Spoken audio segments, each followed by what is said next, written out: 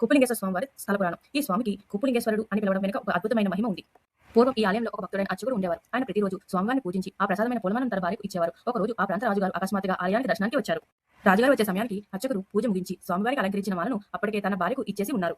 రాజుగారు అకస్మాత్తుగా ప్రసాదం అడిగేసరికి ఇచ్చేందుకు వేరే పొలమాల లేక తన భార్య తలలో ఉన్న మాలనే తీసుకువచ్చి రాజుగారికి ఇచ్చారు. రాజుగారు ఆ మాలను చూస్తుండగా అందులో ఒక పొడవాటి తల వెంట్రుక కనిపించింది. రాజుగారు కోపంతో దేవుడి మాలలో వెంట్రుక ఎలా వచ్చింది, నువ్వు ఎవరికో పెట్టిన మాలను నాకు ఇస్తున్నావా అని గద్దించారు.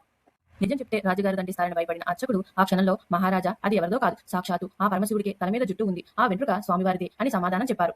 రాజుగారు ఆ మాట నమ్మక, రేపు ఉదయం నేను మళ్ళీ వస్తాను, ఆ లింగానికి ఉన్న జుట్టును నాకు చూపించు, లేదంటే నిన్ను శిక్షిస్తాను అని హెచ్చరించి వెళ్లిపోయారు. అర్చకుడు ఆ రాత్రంతా దేవుణ్ణి ప్రార్థించారు. మరుసటి రోజు రాజుగారు వచ్చి లింగాన్ని పరీక్షించగా ఆశ్చర్యకరంగా ఆ నునుపైన లింగంపై నిజమైన జుట్టుతో కూడిన కొప్పు కనిపించింది. రాజుగారు అది నిజమో కాదు అని ఒక వెంట్రుకను లాగి చూడగా ఆ లింగం నుండి రక్తం ధారగా కారిందట. తన భక్తుడి మాటను నిజం చేయడానికి సాక్షాత్తు ఆ పరమశివుడే అక్కడ కొప్పును ధరించారు. అప్పటి నుండి ఈ స్వామికి కొప్పులింగేశ్వర స్వామి అని పేరు వచ్చింది.